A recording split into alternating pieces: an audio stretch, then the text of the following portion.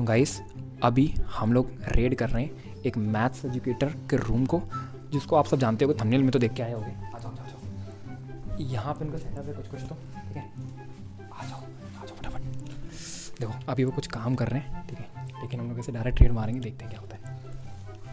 अरे सर पढ़ा तो बहुत लिया सर आपने।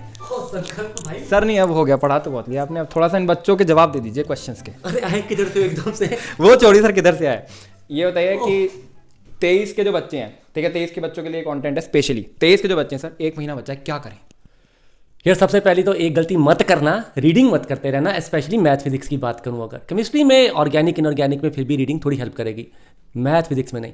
सेकंड, प्रायोरिटी ऑर्डर जरूर बना लेना, और पर चैप्टर जो क्वेश्चन सॉल्विंग है उसको कायदे से करना, क्योंकि इतना टाइम नहीं कि कुछ भी सॉल्व करते रहो, राइट। और सबसे ज़रूरी बताता हूँ, 2 चीज़ें हर एक जगह फॉलो करना सॉल्विंग में। नंबर 1, जो पहले चीज़ें सॉल्व किए ना, जगह जगह मार्क किए होंगे, इस सवाल में फंस गए थे, ये मुश्किल था, उसको रिपीट करना सबसे पहला रिसोर्स वो है। उसके बाद PYQ, सारे कहते हैं, मैं भी कहूँगा कि सेलेक्टेड PYQ जरूर करो, स्पेशली मैथ्स में बहुत टफ आ रहे हैं आजकल। सर इसके बारे में बता दीजिए, ये सीरीज फॉलो कर सकते हैं? हाँ, ये रुद्र सीरीज है जो हम कर रहे हैं। हाँ। इसमें अगर आप ऐसे बच्चे हो जिसको एक ब्रीफ सा दिमाग में स्ट्रक्चर बना के 30 से 40 पर चैप्टर ऐसे क्वेश्चन चाहिए जिसको करके आपको लगे कि यार एक एक क्वेश्चन से ना बस कवर हो गया, एक भी मिनट वेस्ट नहीं हुआ, तो इसको फॉलो कर सकते हो। कुछ और नहीं तो PDF में इसके जो ना डिस्क्रिप्शन में PDF ले लेना, उसको सॉल्व कर लो, सबसे बेस्ट रिसोर्स है तुम्हारे लिए। तो ये देखो कितना बढ़िया रिसोर्स में पता लग गया, ये चीज़ फॉलो कर लो। और सर आपने प्रायोरिटी वाइज चैप्टर की बात करी, कुछ बच्चों को चैप्टर बता दीजिए मैथ्स के कि ये चैप्टर कर लूँ ना तो 40 नंबर आ जाए। देखो यार, एक चीज़ पहले दिमाग में रखो, ये सिर्फ प्रायोरिटी होती है। देखो ऐसा कुछ नहीं होता कि हाई वेटेज चैप्टर तुम्हारे पेपर में भी हाई वेटेज आएंगे। मल्टीपल अटैम्प्ट है, मल्टीपल शिफ्ट आती हैं, तुम्हारे पेपर में कुछ भी हो सकता है। पर जब समय कम होता है तो हम हमेशा प्रायोरिटाइज करते हैं, तो वहाँ पे फिर हाई वेटेज को ऊपर रखना पड़ता है। उसमें अगर बताऊँ तो ना, जो हाई वेटेज तुमको पता है, पहले AOD, integral calculus, matrices determinant, vector 3D, ये काफ़ी हाई वेटेज में आते हैं। बट इनको करना कैसे ना, ये कोई नहीं बताता, पता नहीं क्यों। सबसे इंपॉर्टेंट वही है। तुम्हें पता है भैया AOD बहुत हाई वेटेज है, तुम करने लग जाओगे, होगा ही नहीं, फंस जाओगे, फायदा क्या हुआ? तो याद रखो, AOD से पहले तुम्हें अपना फंक्शंस और लिमिट्स करना है, फिर AOD उठाना है। सिमिलरली अगर बात करें अपने इंटीग्रल कैलकुलस की, तो भैया उससे पहले डिफरेंशिएशन पढ़ लेना। तुम कहोगे सर डिफरेंशिएशन तो AOD में काम आती है, भाई डिफरेंशिएशन के बिना इंडेफिनेट हिलेगा भी नहीं तुमसे, राइट। तो पहले वो पढ़ लेना। लास्ट बात करते हैं मैट्रिसेस डिटर्मिनेंट वेक्टर 3D की। इसमें मैट्रिसेस डिटर्मिनेंट पहले करना, क्योंकि उसका यूज आएगा वेक्टर 3D में। तो ये प्रायोरिटी वाइज चैप्टर सर ने कुछ बताएं, वो फॉलो कर लो तो 40 नंबर आ जाएंगे सर इनके इसमें। देखो तुम्हारे पेपर में क्या होगा किसी को नहीं पता, बट अगर वेटेज के हिसाब से जाएं तो ये पूरे टॉपिक जो है 100 में से 40 नहीं, रादर 45 से 50 नंबर इजीली कंट्रीब्यूट करते हैं। तो दिक्कत इनकी मैथ्स में दर्द यही रहता है कि सर, और बाकी सब्जेक्ट में तो मार्क्स निकाल लेंगे, मैथ्स के अंदर से किसी तरह से कुछ चैप्टर पता लग जाए, 40 नंबर निकल जाए। और तो सर यहाँ पे मैं देख पा रहा हूँ, यहीं पे आप पढ़ाते हो, यही सेटअप है आपका पढ़ाने का? नहीं, ये मेरा टेम्परेरी सेटअप है। वैसे तो मैं बेंगलोर वेदांतु के ऑफिस में पढ़ाता हूँ, अभी घर आया हूँ तो मैं एकदम से घुस आए हो, तो यहाँ पे टेम्परेरी सेटअप है, और इतना अच्छा नहीं है कि तुम्हें दिखाया जाए, तो ना ही दिखाना। तो सेटअप हम बाद में इसको कट कर देंगे, तो सेटअप नहीं दिखाएंगे, बाद में दिखाएंगे।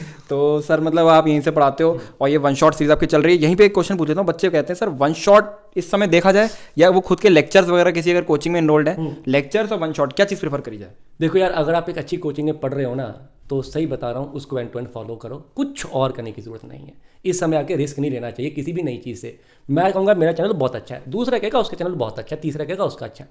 अच्छे सारे होते हैं, बट पॉइंट इज कि तुम जहाँ पढ़ रहे हो ना पहले से, तुम्हारे लिए सबसे अच्छा वही होता है, राइट। हाँ, अब अगर तुम्हें लगता है कि सर वहाँ पर मैं ट्रैक चल रहा है, मेरे को एक चैप्टर रिवाइज करना, और आज मेरे को मेरी कोचिंग में कोई कराने वाला नहीं है, तो ये 1 शॉट आपको बहुत हेल्प करेगा, राइट। क्योंकि आज तुम्हारा प्लान में वो चैप्टर था, वहाँ नहीं मिल पा रहा है, तो यूट्यूब पे आके पढ़ लो। तो इस तरीके से यूज़ कर सकते हो, रिवीजन के लिए यूज़ कर सकते हैं 1 शॉट्स, ठीक है। और बाकी अगर कोई सॉल्विंग मटेरियल नहीं, सर कुछ अगर मान लीजिए इनको 30 क्वेश्चंस करने हैं बढ़िया वाले, कोई पुरानी सीरीज़ हो आपकी या कोई सॉल्विंग सीरीज़ हो, वो रिकमेंड कर दीजिए। वेदांत में तो वैसे ही बहुत कंटेंट है सर इनके लिए। देखो यार, अलग अलग ज़रूरत के हिसाब से तुम्हें देखना चाहिए। अगर तो बात करें कि तुम्हें सॉल्विंग करनी है ना, सॉल्विंग के ना 3 स्टेप्स होते हैं, याद रखना। एक होता है चैप्टर बाय चैप्टर, एक होता है group of chapter, then full syllabus, right. मेरा मानना है जब एग्जाम पास आ जाता है तो आपको ग्रुप ऑफ चैप्टर पे शिफ्ट होना चाहिए फटाफट। अगर ग्रुप ऑफ चैप्टर की सॉल्विंग करनी है तो लक्ष्य सीरीज आपको इस चैनल पर मिल जाएगी, जहां पे 5-5, 6-6 चैप्टर एक सेशन में सॉल्व करवाए गए हैं, राइट। तो उसका PDF निकालिए, उसको सॉल्व कर लीजिए, आपका मिक्स्ड सॉल्विंग हो जाएगा।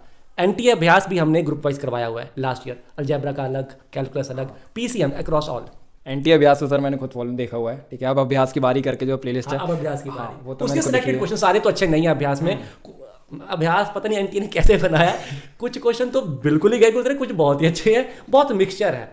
तो वहां पे आपको फायदा ये होगा कि उसमें सेलेक्टेड क्वेश्चन है सारे। तो ये आप कर सकते हो। और बाकी जाते जाते सर एक 23 वालों को मोटिवेट कर देंगे सर, थोड़ा सा इनके अंदर एक आग लग जाए कि चलो यार हो सकता है 1 महीने में, वो कर देंगे थोड़ा सा। देखो यार, क्या हो सकता है क्या नहीं हो सकता किसी को नहीं पता। एक चीज़ मैं हमेशा कहता हूँ, जो मैं खुद फॉलो करता था अपने टाइम पे, जब मेरा कोई एग्ज़ाम आने वाला है, चाहे वो पढ़ाई का है चाहे वो किसी भी चीज़ का है, मैं हमेशा ये सोचता था जब मैं एग्ज़ाम देके बाहर निकलूंगा तो मैं अपने आप पे क्या फीलिंग देखना चाहता हूँ। अपने आप को लूज़र देखना चाहता हूँ, या चाहता हूँ कि यार पिछले 2 महीने में मैंने अपना पूरा एफर्ट मारा, बेस्ट करके बाहर आया हूँ। तो याद रखना वो दिन आएगा जब तुम पेपर देके बाहर निकलोगे, उस दिन तुम क्या फील करना चाहते हो ना, ये आज सोच लो, उसके लिए पढ़ो। बिल्कुल यार, ठीक है। रिग्रेट जो होता है ना वो बहुत हैवी होता है लेजीनेस से, या भैया जो तुम समय सोच रहे हो डर लग रहा है, ठीक है। तो अपनी पढ़ाई पे ध्यान दो। और सर तो चलिए आप अपना काम करिए, मैं तो आ गया डिस्टर्ब करने सर।